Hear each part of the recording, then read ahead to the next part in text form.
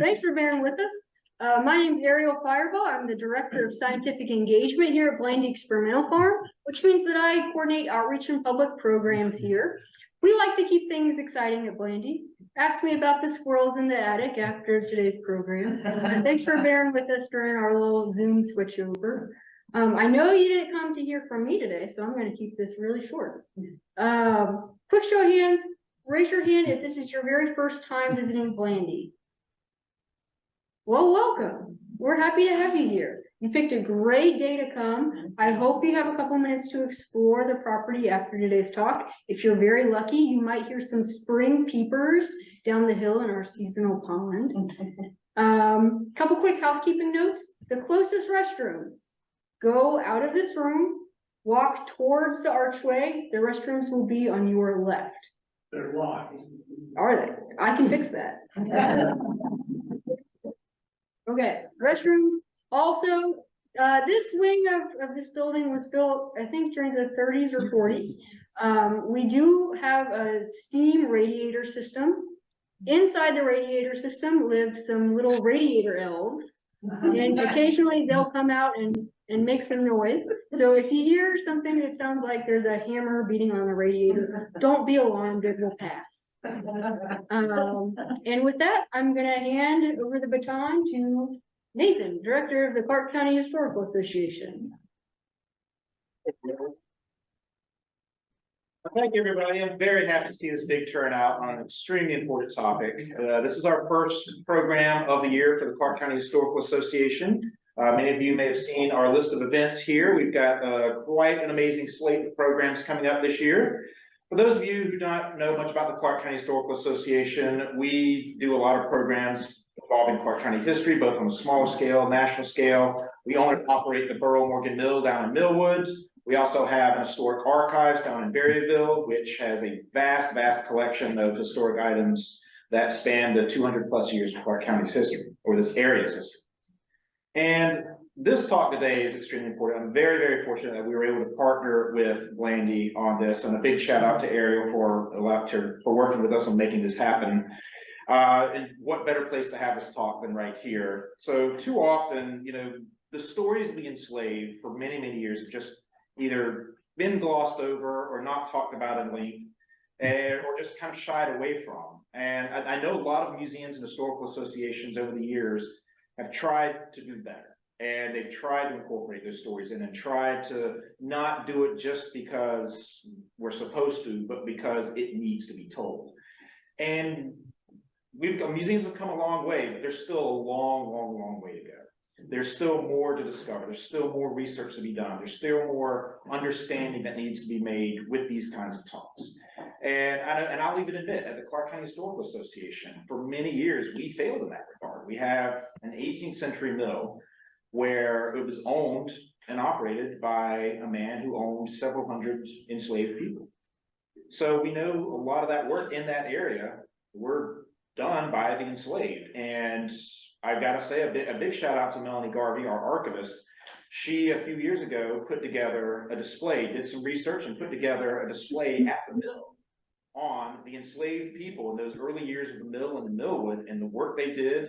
And it ends with the names of the enslaved people that were there so people can remember. It's not just simply, here's the work they did, but here, these are people, these are individuals, these were, you know, brought here against their will. We have to remember them. And I think that's exactly what this talk is doing, is remembering the people who made everything you see around you happen. So I am very, very proud to announce our two speakers today. First is Antonio Austin, who is a third-year Ph.D. student at Howard University, majoring in U.S. history with a public history minor. Antonio was the first intern dedicated to the research of the enslaved people in the Tuleyries Plantation, part of which is now Blandy Experimental Farm in the state Arboretum of Virginia. Within his research, he has been able to identify the names of those enslaved and information about their experience during slavery and even emancipation. The second speaker is Dr. Shelley Viola Murphy. She is an avid genealogist for over 30 years, aka Family Tree Girl. So if you look at the hashtag Family Tree Girl, you will find her, her name will pop up. Born and raised in Michigan, now living in Central Virginia. She conducts genealogy workshops at local, state, and national conferences. She serves on the board of the Library of Virginia and the Albemarle, Charlottesville, and Fluvanna Historical Societies.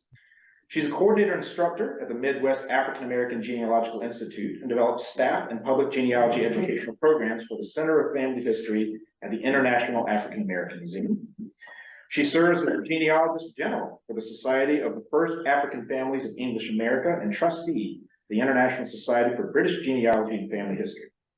Currently working for the University of Virginia as the Descendant Project researcher, seeking descendants, the enslaved laborers who helped build the university. Host of Freedmen's Bureau Fridays, an adjunct professor at Arboretum University since 2009. Dr. Murphy's personal research focuses on Michigan, Indiana, Ohio, Virginia, West Virginia, South Carolina, and Tennessee. And without further ado, we're going to turn it over to whichever of you enjoy it. Yeah.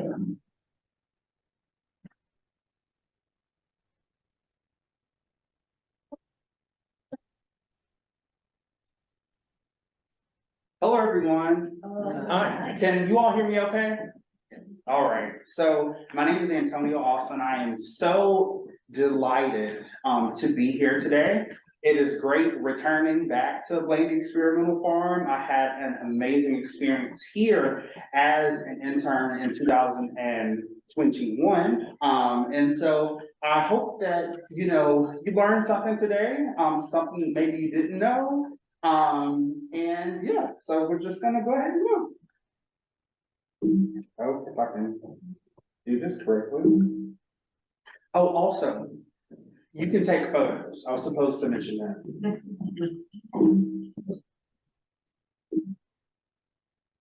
I hear it. So punch that button.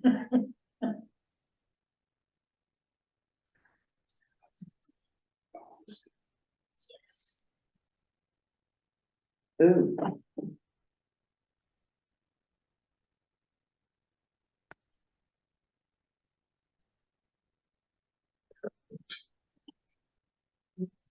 Oh, wonderful. Okay, so. Mhm. So this is a photo from a postcard, actually from the Historical Association. Thank you so much, Melanie. From around 1905. This is the Tuleyries, of course, and this is during the time that Graham F. Blandy of New York actually owned the property. So it's still very, it's still very, it's still. Yeah. Let's go. Y'all didn't know how much fun you're gonna have. Let's Okay. test this. There we go. All right. Okay, wonderful. So, it still very much looks the same. I'm not sure if you all have had the opportunity to see, the house. I know that there were several of you all that said that you've never been here before. I would definitely suggest driving by. You can't drive up because it's private property, but you can drive by on, Tuleyries Lane. It is an extremely large house. I don't think the trees are there anymore, but still a great representation of the house. So just a little bit of overview for my section. I'm going to talk about the slave cemetery and quarters, and I'm going to talk about my research approach, barriers, the Tuley family, documents, the Colbert family, interesting facts, future and continuing research, and then we'll do questions like at the end after Dr. Shelley Murphy. All right, so these two photos that I have on the left is actually not far from where we are right now. So this is going to be the late 1920s, we believe, and this is from the backside of the quarters. Mind you that UVA ended up acquiring the property in the 1920s per the will of Graham Blandy. And so this portion that we're in, actually the L shape, wasn't actually built until the 1940s.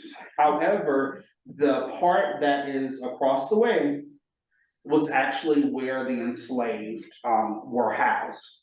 On the right side, you have a photo of, it was actually a great day that day, very sunny. But you have the slave cemetery, and so In 2021, right before I came on as intern, they actually had ground penetrating radar done, and it detected around 40 disturbances in the soil, meaning that there's around 40 people who were actually buried in this space. Now, what we don't know, because one of the barriers that I'll talk about is when it comes to researching the enslaved, you don't always know information about where people are buried, who's buried there. And honestly, because it's close to like a border of the property, it could be that this was actually not used by the Tuleyries. So it's a lot of information that we don't know. However, from a plat from around 1905, we do know that enslaved people were buried there. And as you can see, is there it doesn't work there. So if you can see, like, there is nothing on the inside of what is now gated off, which leads us to believe that Orland White, who's the first director of Blandy, actually knew that there was this burying ground there, which is a very prolific thing, especially for someone in the 1920s to actually respect, I'll use that word, I don't know if that's accurate, but to respect the fact that, there were people that were actually buried there. So, okay, so my research approach, similar to genealogy, I've been doing genealogy for over half of my life at this point. And so I always start either at a specific event or I start from the present and move backwards. I utilize online resources, including digital databases, search engines. Google, is actually very amazing. People, take it for granted, like, oh, go Google this, go Google that. But it can be very pivotal when it comes to finding out where some resources actually are. On-site resources, so there's nothing like doing on-site research, courthouses, libraries, repositories. I also made sure that I was utilizing people that were in the community, people that worked here that can give me information as someone that's coming from Silver Spring, Maryland, by way of North Carolina to a place that, I had never been. And also centering the experiences of the enslaved. That was something that was paramount and continues to be paramount in the research that I do. As someone that is mainly descended from people who were enslaved, I think it's important that we give these individuals the voices that they may not have had during their lifetime. Okay, so barriers within research. We're researching the enslaved. And so you have to understand that they were categorized as property. So you follow, and then I'm gonna steal this from Dr. Shelley, but you gotta follow the money because they were property. So, you have to make sure that you are being very diligent. And one of the things that I've said, I think in a previous talk, is that when it comes to researching the enslaved, it's almost like gaining entrance into a house. It's not always walking in the front door. Sometimes you gotta hop through the window, sometimes you gotta get a ladder to hop, to climb to the top floor to get the information that you're seeking. So, that's one of the things that, I've had to do, and people that are, researching their own, background tend to have to do. There's also information that's missing from records. There's also a lack of family documents. So it's not like I have a diary from Colonel Joseph Tuley or from Mary Tuley, but thank God for her because she did leave a lot of receipts. All right, so I'm going to start with the Tuley family. Joseph Tuley, who is the patriarch of this family, was from New Jersey. I'm not exactly sure what brought him to Virginia, but what I do know is that in a lot of sources, they talk about that he had a little education and he also had a trade, and that trade was the fact that he was a tanner, tanned leather. So he owned and operated a tannery in Millwood next to the mill that was mentioned earlier that was owned and ran by Nathaniel Burlow. Nancy was the daughter of John and Elizabeth Brownlee, who resided in Frederick County, Virginia. So one of the first documents that I actually read to kind of get a background about the house and some names and all of those things was actually by way of Clarke County Historical Association. It was a proceedings that mentioned, these large manor homes and all of this extravagant information. And one of the really great things about it was the fact that there was some information about the will of Colonel Joseph Tuley, who was the son, as you see, of the elder Tuley. And he was the person that actually constructed or had the Tuleyries constructed. And so it had information about a lot of the things. He died in testing. So they had to literally appraise every single thing, every book in the library, the hogs, any, grain, all that stuff, and also the enslaved people. But on the proceedings, it didn't mention the names. It just mentioned that I think there was around 63 enslaved people. But being who I am, I made sure that I went back to the original document. And that actually led me to some really, really great information. So here's a photo of Colonel Joseph Tuley and Mary Wheeler Edelyn Jackson Tuley. They were married on the 20th of April, 1835 in Washington, D.C. As I mentioned before, Colonel Tuley was actually the person who constructed the Tuleyries, which was at its height around 850 acres. And it was located then in Frederick County, which is now, of course, Clarke County here in Virginia. He was never married prior. However, Mary Tuley was a Jackson. She's married to a Dr. Jackson before and had 3 children. Now, they never had any children that we know of, but there could be descendants of him. And I'll mention that a little bit later. So this is a timeline. When people die in genealogy, like, we're excited because that may be kind of boring, but we're excited because it generates a lot of records. And we love a paper trail. That's very pivotal. So June of 1860, Colonel Tuley dies unexpectedly. I think he had just gotten back from Cuba and, he just drops dead. August of 1860, there's a group of community members who are sent to basically appraise all of the property, create inventory for everything that he owned. October, we have advertising regarding the estate sale, and then you see that Mary Tuley sold her dower rights, so the rights that she was legally entitled to as his spouse, and then you see that there's an estate sale in late October, early November. So I just want to give you a couple of numbers. So in that appraisement, their estate was worth in that time $64,857.24, which is approximately around $1.9 million. Their enslaved people would have been valued at around $755,000. So this is a lot of money for that time, and if you ask me, for this time as well. So the interesting thing about the advertisements was the fact that they were trying to sell Tuleyries. And so there in the Alexandria Gazette, there are 2 different advertisements that are, for the most part, kind of sitting on top of each other. One from Mary Tuley, who was the widow, and one from Joseph Tuley Mitchell. They use a lot of Joseph Tuleys in these first and middle names. He was the agent of the heir, so all of the sisters and nieces and all the family. And so one of the things that was strikingly different was the fact that Mary did not mention anything regarding the sale of enslaved people, but he literally talks about the fact that there will be, a sale of enslaved people.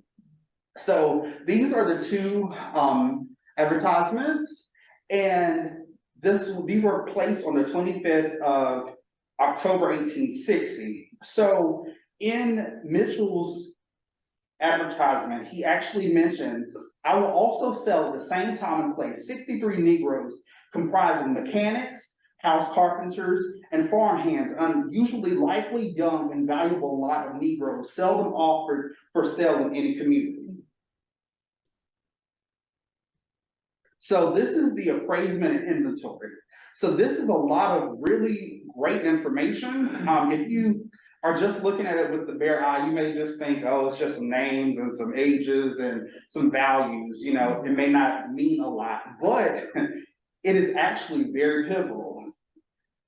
these have dates, you know, it's not all the time that we have information about relative birth dates for enslaved people. So the fact that, you know, there's this snapshot of potentially when they were born, but even greater than that, these are broken up into family groups. So the fact that, you know, you see right here, Celie and her daughter, Celie being the daughter of Katie, right? And then Ellen being the daughter, you know? So it's very, very great for people like me who are researching, you know, or people that, you know, are, you know, looking in their family tree to see something like this, because this is not always something that's seen. Sometimes you just have names. Sometimes you just have the fact that there are X amount of enslaved people. So this was some really, really great information.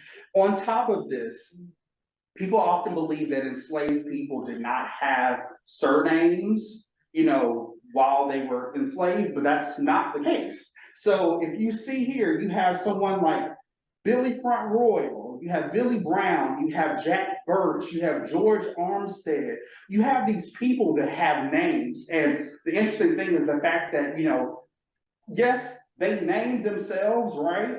But these are white people that are doing this appraisement and are acknowledging the fact that this is what these people are called. I think that for me, it was really amazing to see that. So let's see, so that's continuation of that. And some of these people, let me see, back to some of the older ones. Some of these people were born around the time of like early America. So you have some of these people like Jack Birch, for example, 75 to 80. This is a great range of people who, you know, lived most of their lives enslaved, but the great thing is, you know, slavery ends just 5 years later. So there's a great chance that these people lived to emancipation, till, you know, the 1870 census, you know, they lived to go to the Freedmen's Bureau, to, it was so great because of the fact that it was so close to emancipation. And so it's just so exciting. So you have people that are hired out. So you have the names, of course, of the enslaved people. You have the individuals that are hiring them. And so you'll see that like it's $2 and $1.50, and there's a lot of people that actually were not bid. And I think that this is because of the fact that this was November. So in reality, these people who are trying to hire folks out, they're only getting maybe 4 to 6 weeks of work out of these people. There's not a lot of crops to bring in during this time. It's not necessarily a lot per se to be done, which I think is part of the reason why you see so many no bids or low amounts of cost when it comes to the people being hired out. So this is the hiring list continued. And so what I do know is that when it comes to the estate, bless you, when it comes to the estate, Mary Tuley and the heirs hired out people. And this is very pivotal because it gives us information about these people. And it also gives us some information regarding potential family groups, right? So this is one. Ariel, can you pass around some documents? So Ariel's gonna pass around some documents. And I think that this may be one of the ones that's on there. I can't remember off the top of my head. But this one is basically a note from Joseph Tuley Mitchell saying that he owes Mary Tuley $200, I believe. $218 for the hire of Negroes, John, Celia, and Davy for the year, and if on the above named day I further bound myself to furnish the said Negroes with the usual amount of summer and winter clothing, including a blanket, and then, of course, witness my hand and seal this first day of January 1861. So when it comes to the enslaved people that were owned by the Tuley family, this is a breakdown, and these numbers are via the census. And so 1850 and 1860 is a little different because you have the slave schedules.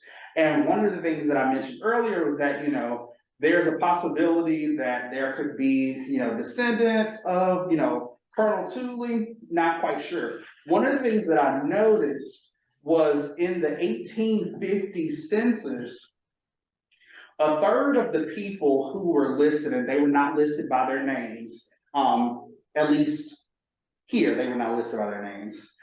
They were just listed by their race or color. They were listed by their age, and they were listed by their sex. A third of these people were listed as mulatto.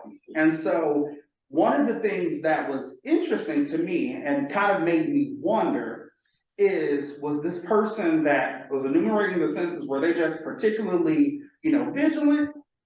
Could there be the fact that some of these related families fathered children of enslaved people? Could it be, you know, whether that be Colonel Tuley or the Wrights or the Strothers or the Mitchells? Because this was essentially the family house. You had a lot of traffic here, you know, it was kind of like having the rich uncle, right? So, you know, everybody is coming up and, you know, up and through the house and everything. So, you know, it makes me think, you know, what was going on? And that's a question I guess we obviously don't know right now, but, you know, as more people continue to do DNA testing and, you know, be curious about, you know, their ancestors, we could possibly come to some conclusion. So in 1810, as I mentioned before, the elder Joseph Tuley, both he and the younger, they operated the tannery, but I think that that's the reason why you see there ends up being a boom regarding him owning enslaved people. But in this point, you see there's this huge jump from 9 to 45. So I think that the people that were enslaved by the family prior to 1810 or prior were actually mostly working in the tannery, because to me that would make the most sense. So not everyone that was enslaved on this plantation. So hiring essentially means that, you know, you'll be out for a year or however long, you know, is deemed in the contract, and then you're essentially going to come back. However, not everybody from this plantation actually, you know, stayed here. There were people that were sold. And so this is a note that I found regarding the sale of Gabe and Henson, who were two enslaved men who were purchased in 1857 by way of Dr. Funston. And one of the things that I did note, and it's probably hard to see right here, but you may be able to see on what's being passed back, is that, and I'll transcribe it, servants sold by Colonel Tuley that belonged to Mrs. Children. So that's also an interesting thing. So my assumption could be the fact that either he gave enslaved people to Mary's children, or they possibly came with them after she married Colonel Tuley. So going back to Joseph Tuley Sr. and Nancy Brownlee, or Ann, his wife. So we know, like I said, he was a tanner. He had a tannery in Millwood, which was the primary location, had one in White Post as well, eventually. We know that he inherited money through the death of his father-in-law in 1803. He acquired his enslaved people prior to 1803. However, in 1803, there was 8 enslaved people listed on his tax records over the age of 16. So the thing about Joseph Tuley Sr. is the fact that he had a son-in-law that actually died young. He purchased like 9 enslaved people from his son-in-law's estate, and then he also died around 1825 with a will, which was great because it gave specificity to where these enslaved people were supposed to go. So when it comes to John Tuley's father-in-law, there was a division of the estate because, you know, it was very peculiar how they did things. You know, in some records, women could, you know, inherit things sometimes. Their husbands were, you know, kind of the de facto. And so Esaias Earl was Joseph Tuley's brother-in-law. And of course, you had Joseph Tuley on behalf of his wife, and then Archibald Brownlee, which was Joseph Tuley's other brother-in-law. You had the fact that there were the enslaved people who were split. And so Joseph Tuley picked, or he drew lot 2, which included Nancy, Lucy, Betty, Ben, Phoebe, Phil, and Jack.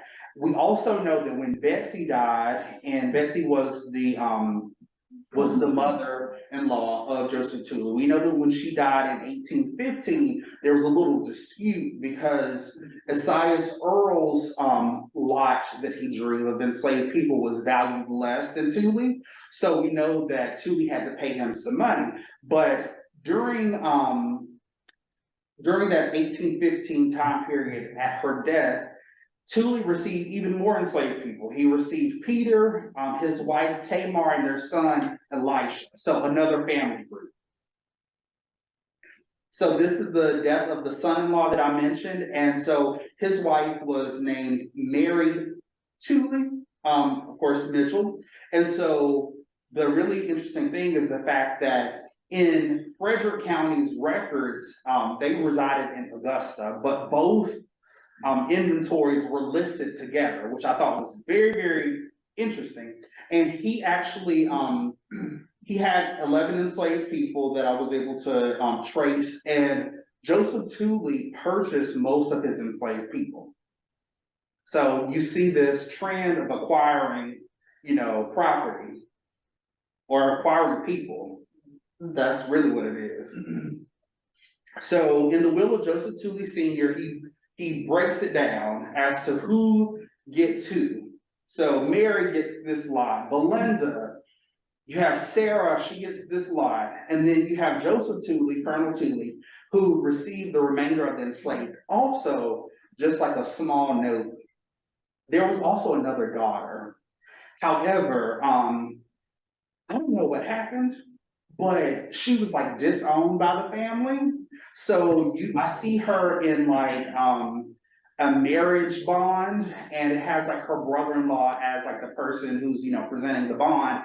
But her father's still alive at this time, but per like some family like records, she was like written off. So I wonder what she did. But nevertheless, you know, you may not find out till we get the glory.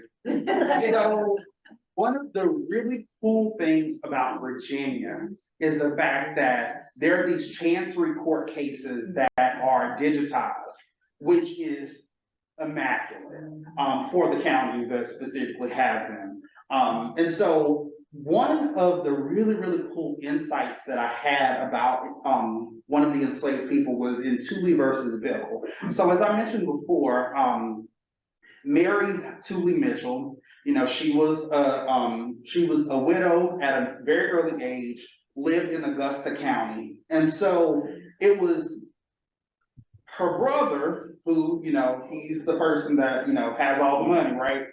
He sends this young girl named Winnie to live with his sister. And, you know, it's really sad because, you know, from my understanding, it seems as though she went there alone. Like she was likely, you know, torn from her family and had to go to, you know, serve, you know, this family that I'm sure she was familiar with, but still separated from, you know, all that she, you know, knew and loved. I'm just putting out there. You have to mute him. Oh, There's somebody on Zoom.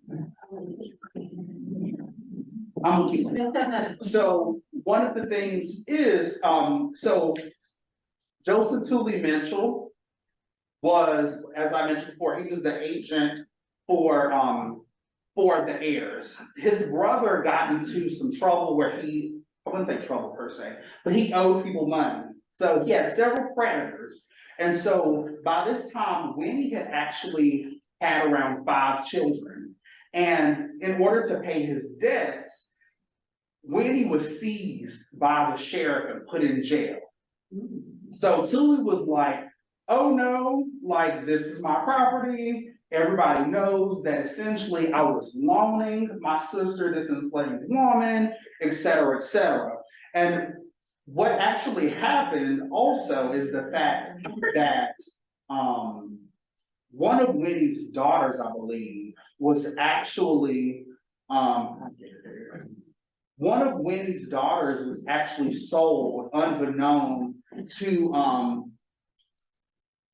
Tuley. I don't think that he found this out until later. But this gave a lot of intriguing information because this small stuff that, you know, I think is like a detail.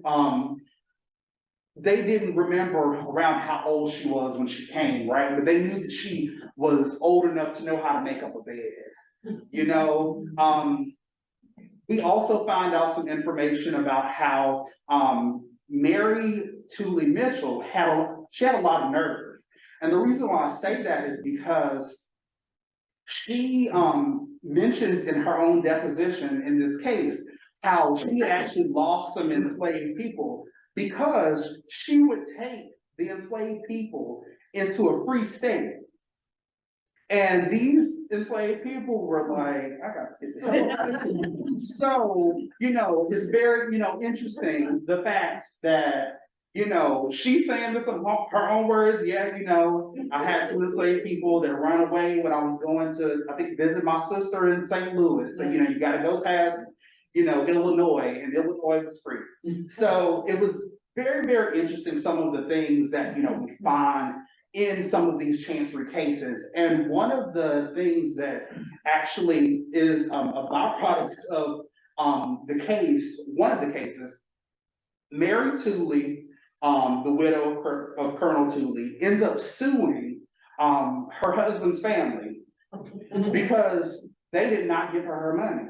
Like, she did not receive the money that she was entitled to as her dower money. And I think that was around, in today's time, like over $300,000. So I understand, you know, but she kept a lot of receipts. So some of these notes that you see in this presentation, and even some of the things that I passed back, come from this 994 page file from this chancery case. So she kept her receipts, very much so, which of course helps. It's really great when people, you know, keep all their information, because it helps us, you know, generations later when we're trying to find out some stuff.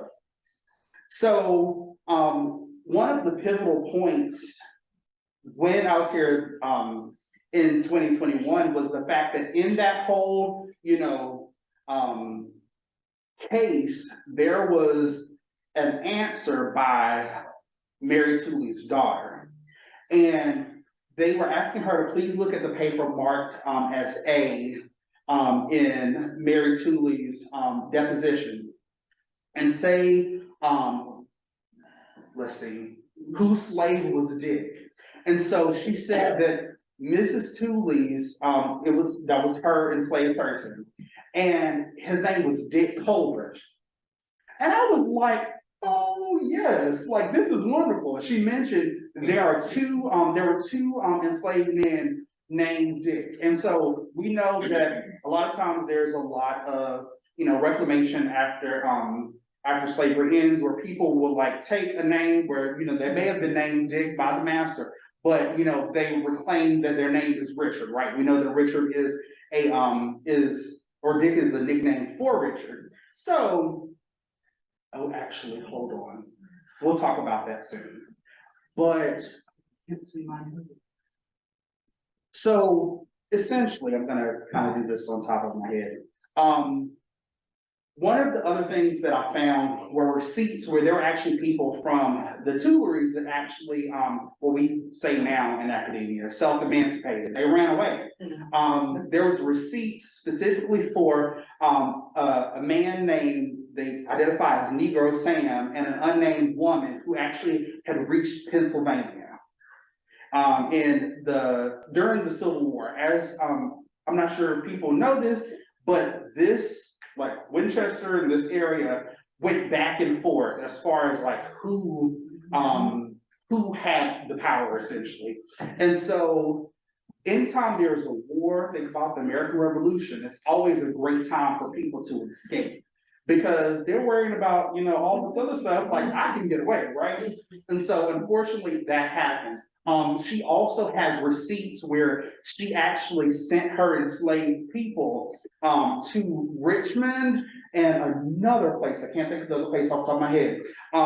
Because because there were so many things happening here. It was for the care of the transportation and care of her slaves. She paid $400 in 1864, so almost at the end of the war. So this is the receipt, and I think that this is passed around regarding the Negro woman who was captured in Pennsylvania. So going back to the Colbert family, so because Mary Tuley's daughter mentioned, you know, okay, Dick Colbert. I'm like, okay, cool. Let me look and see what I can find, right? So I looked and I saw on the census in Greenway, Clarke County, Virginia, Richard. And so I'm like, oh, this is very interesting. So I looked at what I assume is his wife, 1870, they didn't list relationships, but I assume this is his wife, Mahalia, and then these children, Scott, Hugh, Louisa, et cetera, et cetera. And so I remember that name Mahalia. I think it was because I like Mahalia Jackson. And so I looked at the 1860 appraisement and you see Mahalia, Scott, her son, Scott, Lewis, and that's actually Hugh Lewis, Louisa. You see all of this, you know, back and forth. And I was like, we have a family. We have a family. And so these are just some interesting finds. One of them I know is the ad that I know that one was passed around for what they determined a bright mulatto girl, Susanna. She was about 16, 17 years of age. She had been purchased from Upperville and from an estate sale. And so it's just so funny because, you know, in the article it talks about how she just left without provocation, like, you know. But what I really like thought was interesting is when I think of people that are, you know, escaping, I think of, you know, Harriet Tubman and how she's, you know, leading people kind of, you know, over the river, through the woods, et cetera, et cetera. She carried a trunk filled with clothes with her. And I thought that was just amazing, you know, and the fact that they thought that she was being hidden either in Upperville by people she knows, and they knew that she was going to try to reach Washington, D.C. So I did not find where she was captured, so I definitely hope that Susanna got her freedom. Another interesting find, and this is from the will of the elder Joseph Tuley. He leaves an enslaved woman named Hannah who has nursed him and his different spells of sickness, free to all intents and purposes, with $40 to be paid by son Joseph if it should be necessary for her to leave the state. I looked and I could not find where she was actually freed. I don't know if she was or not, but there's no type of like record that I could find in Frederick County that actually, you know, emancipated her, unfortunately. And so in the early 1850s, Virginia required that births and deaths be recorded. And so, and I'm pretty sure this was probably for like tax and money reasons. And so you'll have these registers, and I'm just gonna like bypass some of them. It has all these deaths in a year. And so this is for people that were white, people that were free black, people that were enslaved. And so it says, name in full, right? Their death, and of course, like, that information, right? Name of the disease, name of owners or name of parents. And so you'll find that a lot of these, even if there is a space for there to be a name, there's no name. Which really shows how, at least those that were keeping records in Clarke County did not really care when it came to the enslaved people. And so these, of course, right here, you have people that were enslaved by Joseph Tuley, dying of typhoid fever, as young as 2 up to 25. And then for the birth registers, this is actually a great example of what I'm talking about. You see right here, Tuley, you see how it's just male, female, barely got a month, you got the year, you have, of course, the county. But you see in some of these counties how they have, of course, the person that enslaves them, they have the name of the child, they have the parents' names, and sometimes the mother and the father, they have the exact date of birth. So it just shows that, additional barrier, right? Another level of struggle when it comes to trying to piece together this story. But of course, there are opportunities for further research. So, praying that actually, I think that they may be working on Clarke County's chancery suits being digitized. I didn't want to waste my time because I was only working part-time, during the week, just going through records and not necessarily finding something. But when it comes to money, typically there comes problems, right? So there's some type of dispute going on. So I'm pretty sure there's probably some vital information in the chancery cases. I just wasn't able to uncover or explore that. Locating descendants of those enslaved, collecting those oral histories, creating a public database with information, much like UVA, mapping out known families in order to find a surname, connecting with repositories and special collections and manuscript divisions. I actually found recently that there is a ledger from Joseph Tuley, and the dates are 1810 to 1829 at Duke University. And I just requested it because it's free.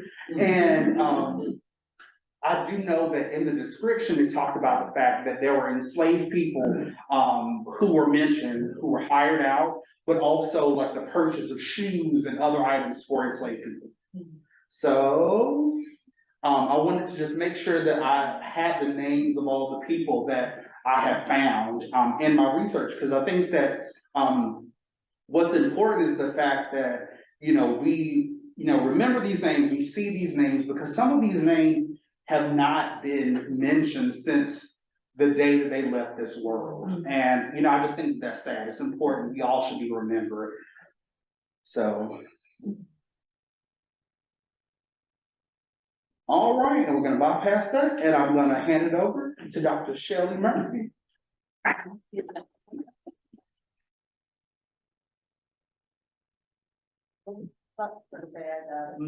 For where we're. Always mix it up. Well, again, you see what I was able to pick up from and start what I'm gonna be doing. And so I want to thank you personally, plus I still have contact with them through Facebook, so we talk all the time. But anyway, I'm gonna talk about what I do, basically for the University of Virginia, for finding descendants of those enslaved, like Antonio mentioned, that helped build the University of Virginia, and I'm gonna say for TJ. Y'all all know who TJ is, right? Everybody okay with TJ? Okay. And so basically my time frame is really 1817 for UVA and coming forward. So the strategies that I use there are the same strategies that I've started with coming, I'm gonna say behind what Antonio has done. So that is going the other way, so it's down. Okay, so I'm listing some of the surnames that I'm following, and I also found this book that was one we were talking about earlier. And so I had to set some goals. I've been doing research a long time, and then also as a teacher, have to tell myself what I'm gonna do, when I'm gonna do it, and do it orderly. So I set some goals. One was to get through Antonio's work. And I have watched a video of him doing the report on the Tuley family and the things you saw today, probably about 5 or 6 times. And I'm not done.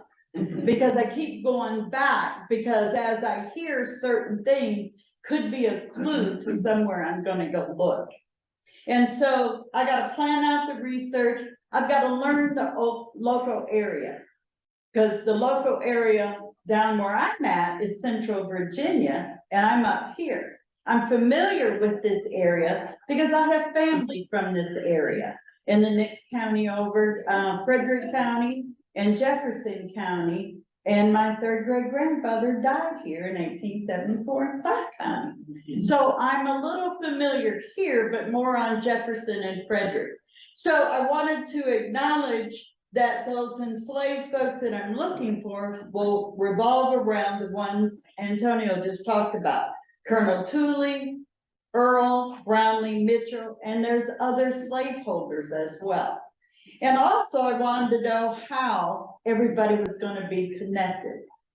The work I'm doing down in Central Virginia the last couple of years, it's almost like everyone, and I have like 8 different counties all in one area, just put Monticello, and then everybody that's around Monticello in each of the counties is basically where I'm researching.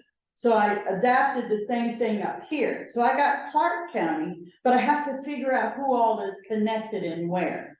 And doing slave era research, I've learned that if I'm saying I'm in Clarke County, I've got to look at every county around Clarke to understand who just stepped in there, who got married, who might have been sold or rented or whatever it is, business transaction. So again, there's a thing in genealogy called the fan method, and that's also looking at the friends, associates, and the neighbors. And then, of course, marriages and any business deals, which would be the buying and selling, you know, mortgaging. And these are the things that were available for slaveholders to do with their property. And also, of course, my goal was to locate descendants of any of these enslaved individuals that have been identified. And I'm also going to walk you through some of the challenges that those of us that do this type of research walk through. You heard a few things from Antonio. And again, I'm going to expect and prepare for those challenges, because I didn't get this gray hair just by age. Because there's a thing about a lot of people will say those ancestors are bothering us or keeping us busy, you know, and there's different things that come around and it's like, where is this coming from? So anyway, it looks like something's missing on there, but anyway, these are some of the challenges, but they could relate not just to African-American research, they can also relate to anyone's research. But I'm focusing specifically on African ancestry, okay? So there's gonna be records that have been destroyed. There's gonna be somebody that's not gonna share that information. That might be a key point to give us that. That could be in any family. But it's also prevalent in the African-American family. Why did I say that? Because in the 50s and 60s, as a child myself, there's things you also didn't talk about. And it could have been stories from previous generations. And how I got started in genealogy was basically from my mother. I started helping her. And you know, one time she said, well, so-and-so great-grandfather, because my second great was a slave. And it's like, what? Wait, what do you mean, slave? In our family, what are you talking about?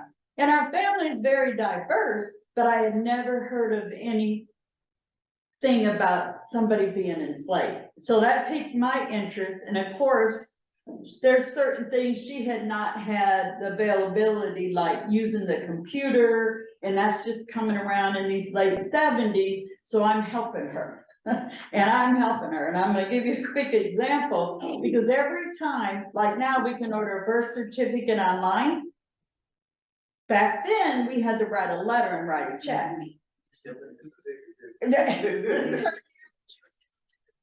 But what she was doing was every letter where she requested a document, she wrote another letter as a copy and kept it. And to this day, and she's 92, she'll be 93 in May. All those copies are in her room in a box. So every time she requested, because I'm saying, Ma, you gotta get a death certificate, Ma, you gotta get a marriage certificate. So she would write to the court and request it, but she always made 2 copies. And I did ask my dad, who was a real estate broker, had an office, the whole 9 yards. At what point did you not tell mother about carbon copy?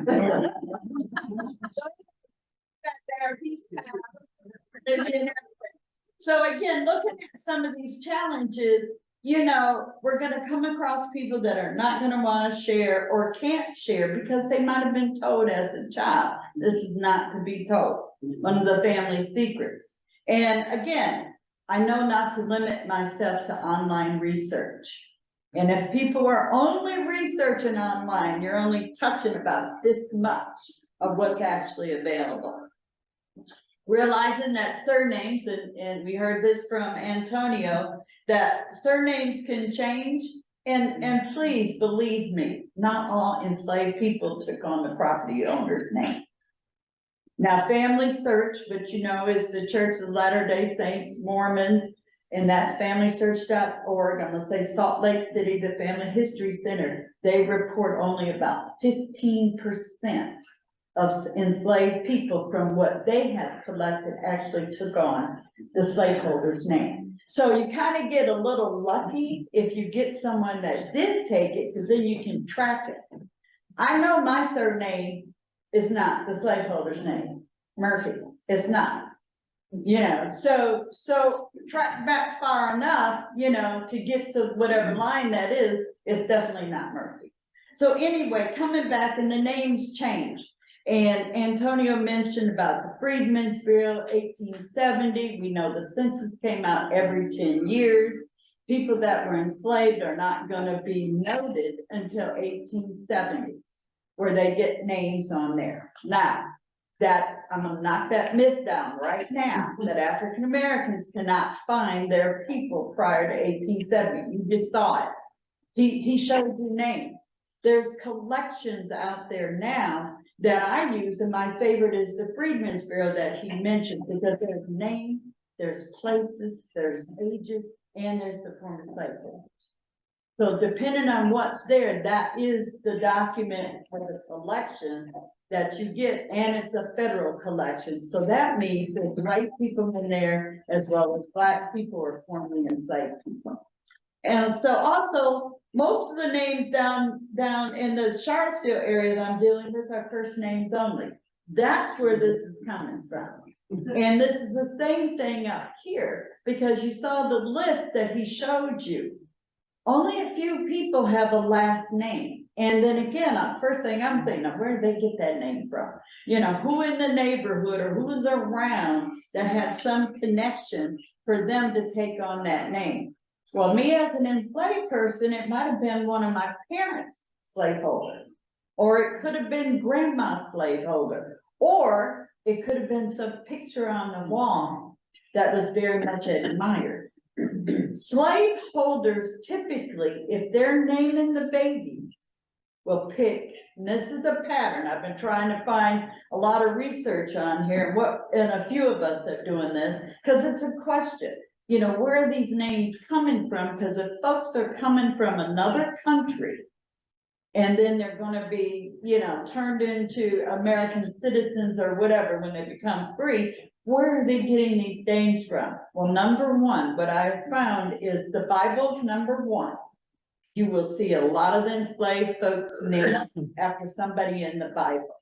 The next thing, don't forget the Greek and the Roman gods.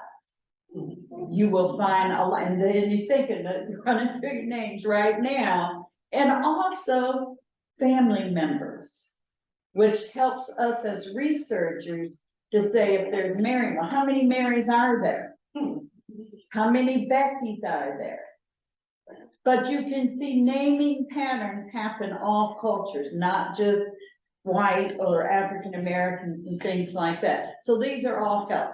So also not being able to analyze what you got. You saw an example of that when he said, putting together, looking at Dick Colbert and Mahalia on the list.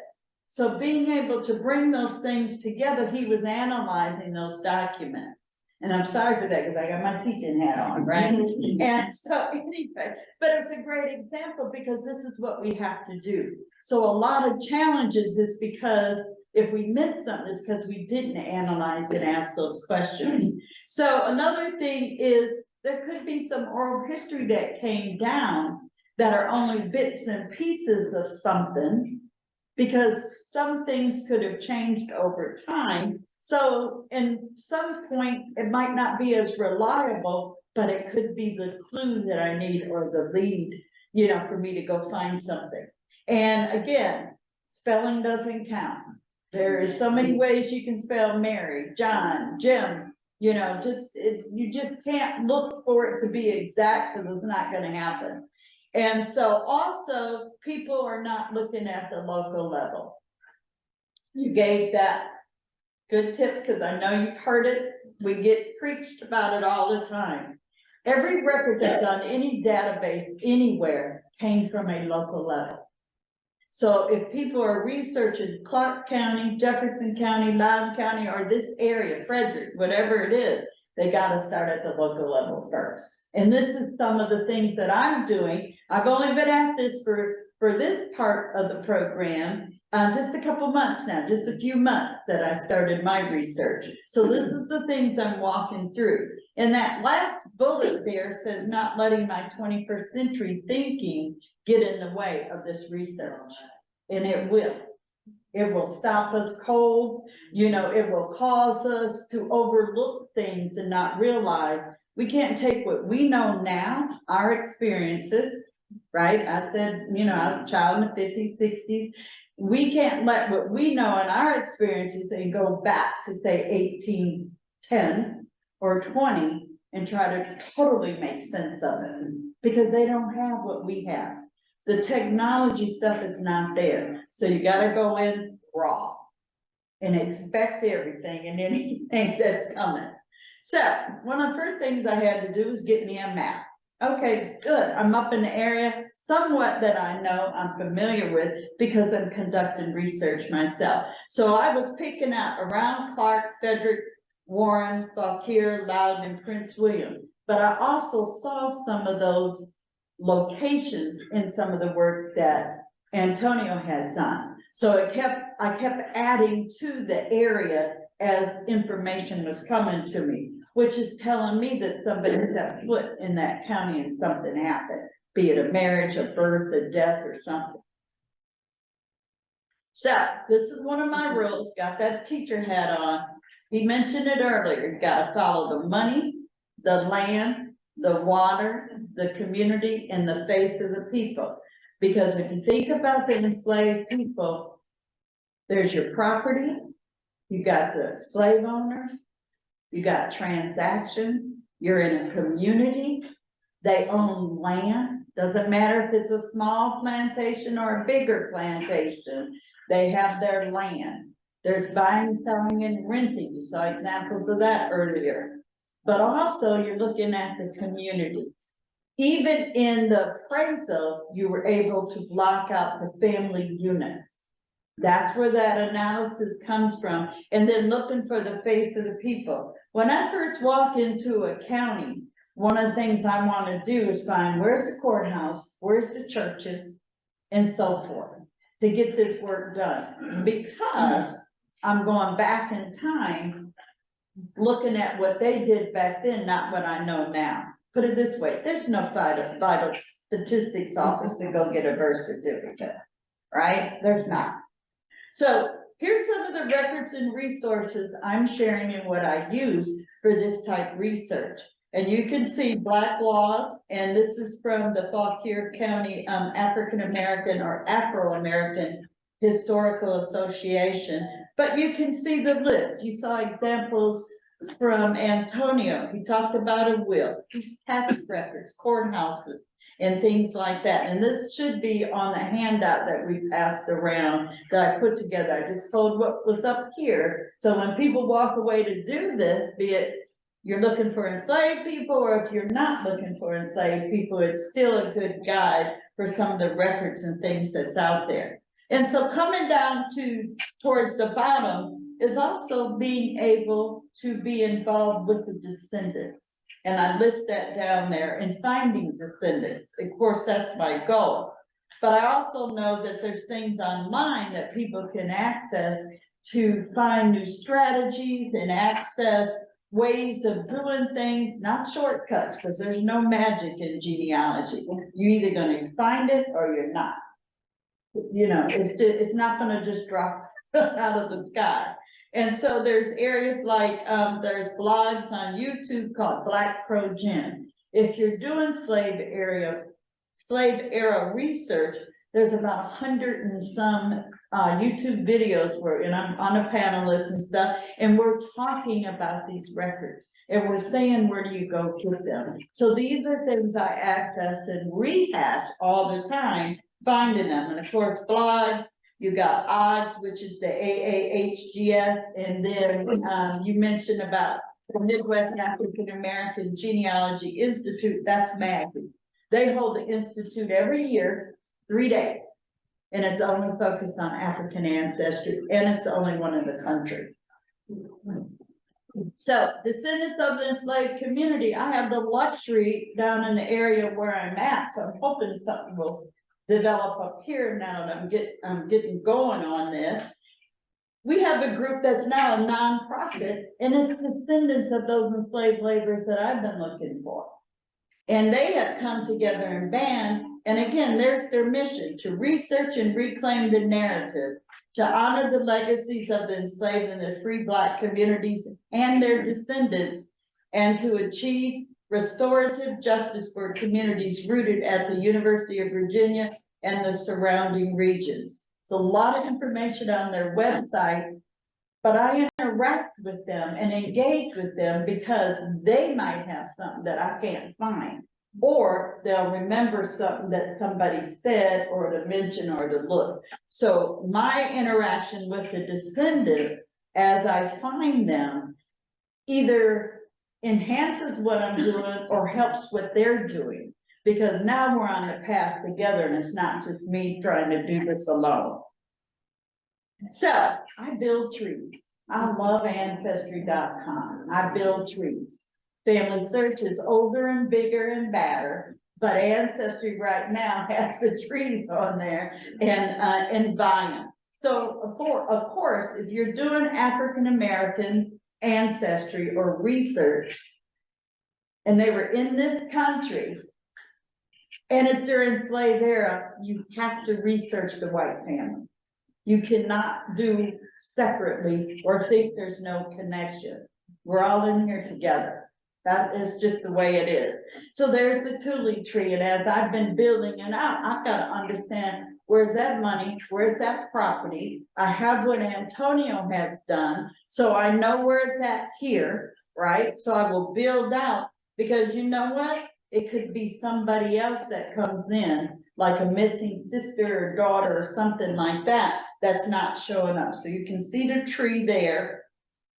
And then here, I also do it on the names that were enslaved that we've seen on some of these appraisement sheets and things like that. So there's that Richard or Dick Colbert. There's one on Tom Bannister, and the other one should be Joseph. Is that Joseph Tuley? Yeah. So one of the things I learned from Antonio from the beginning was to make sure I keep the two Josephs straight.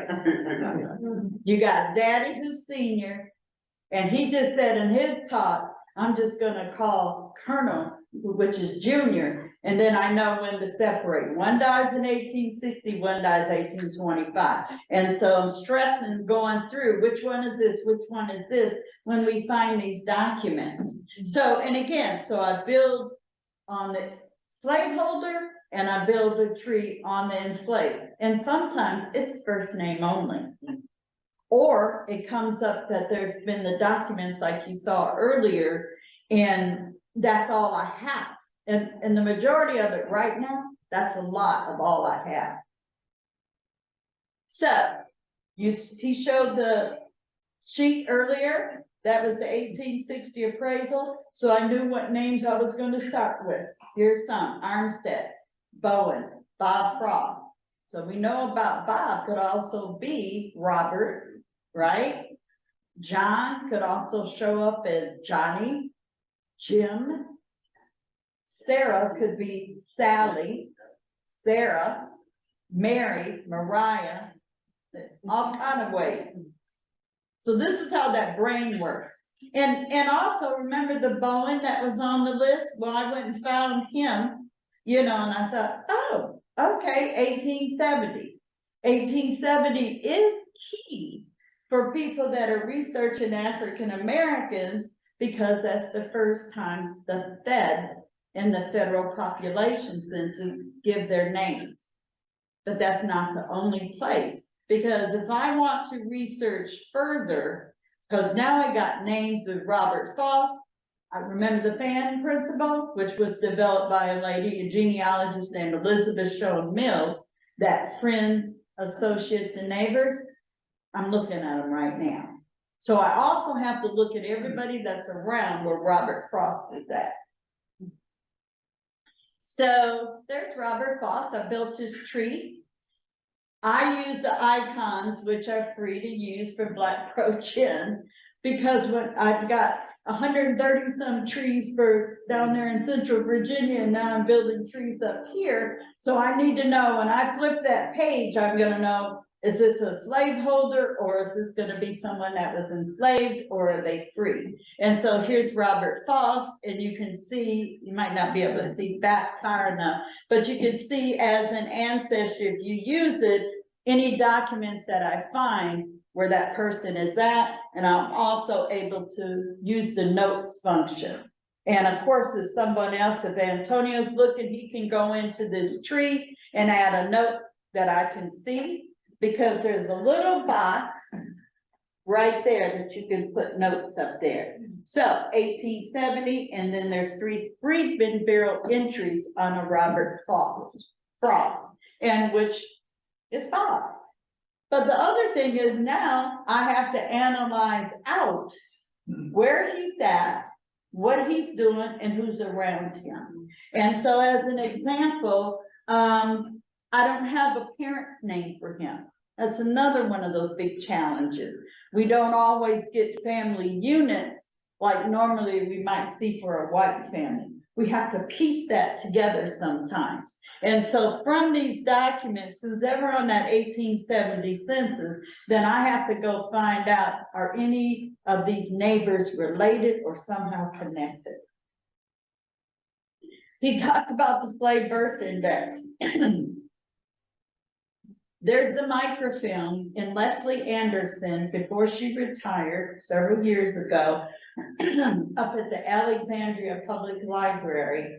They took the microfilms of the slave birth index and they put them into books, and there's 6 volumes.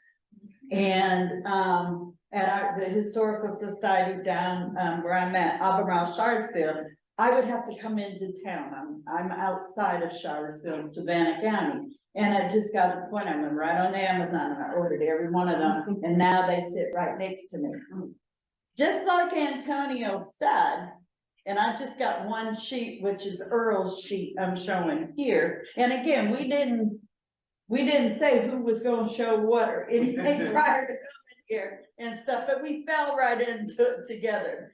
But what's significant about what Leslie Anderson and the team up there at Alexandria Library did, they did it from the microfilm. So they're in books, they're not online on this portion.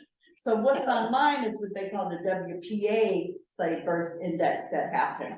But this is coming from the microfilm, which would have came from the local level.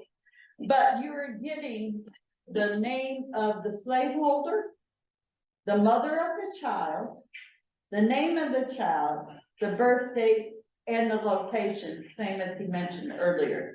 That's a gold mine for me doing slave era research. And I guarantee you, not everybody's going to be on there. Because remember, enslaved people are property. That means somebody's gotta pay money. There's gonna be taxes paid. So we're not gonna get everybody. But for here, it was 1853 to 1865. So again, I'm looking to find them to be able to come forward and find a descendant.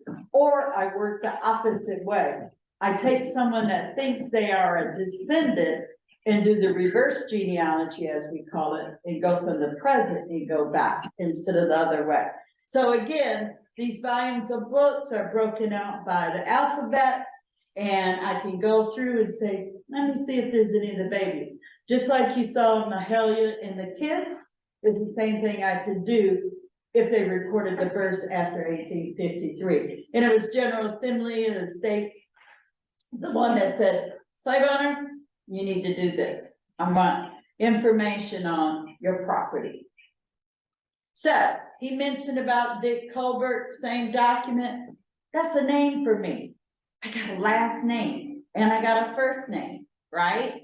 And again, can go back from picking up from what Antonio found, and now I start asking questions. All right, well, what else is going on? And Dick Colbert was interesting because in his video, he kept he mentioned in his report when he's doing, it's on YouTube, by the way, and he's summing up his work, so please go watch it. And he said, this is interesting, and you see, he put it on here today in his presentation about Dick Colbert. And so again, got the 1870, 1880, 1900, and there's some Pennsylvania stuff in here. Because again, the area might expand, but the concentration is up in this area as far as around Clarke County. So death records, I got marriage records, and of course I'm going down through each of the children because I'm coming forward. So if anybody here is a Dick Colbert descendant, you're welcome to stand up. You can. So I want to.